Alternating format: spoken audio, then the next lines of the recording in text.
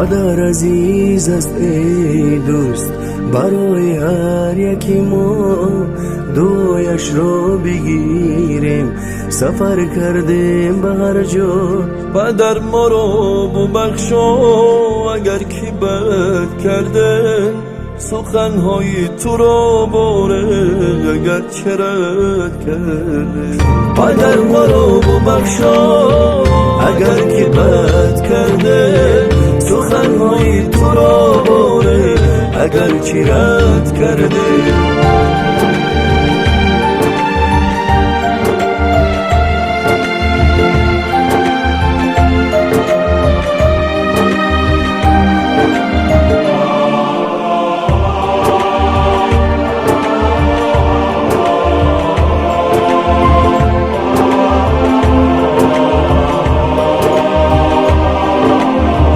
توی چراغی خاندان دوای درد جسم و جان، ای کاش بیمانی جاودان. تو زیبی خانه و داری برای ما تاجی سری، ای کاش بمانی جاودان.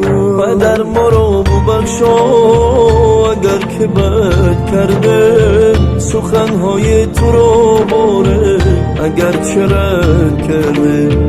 پدر ما رو ببخشا اگر که بد کرده، سخنهای تو رو باره اگر چی رد کرده.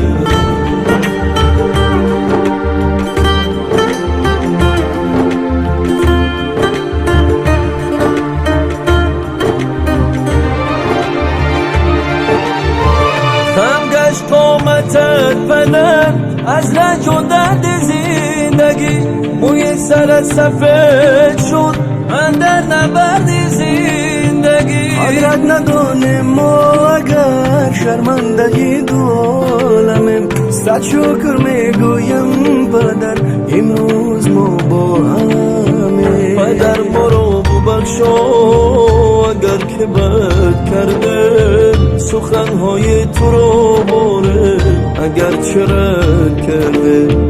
پدر ما رو ببخشا اگر که بد کرده، سخنهای تو رو باره اگر چی رد کرده. سخنهای تو رو باره اگر چی رد کرده.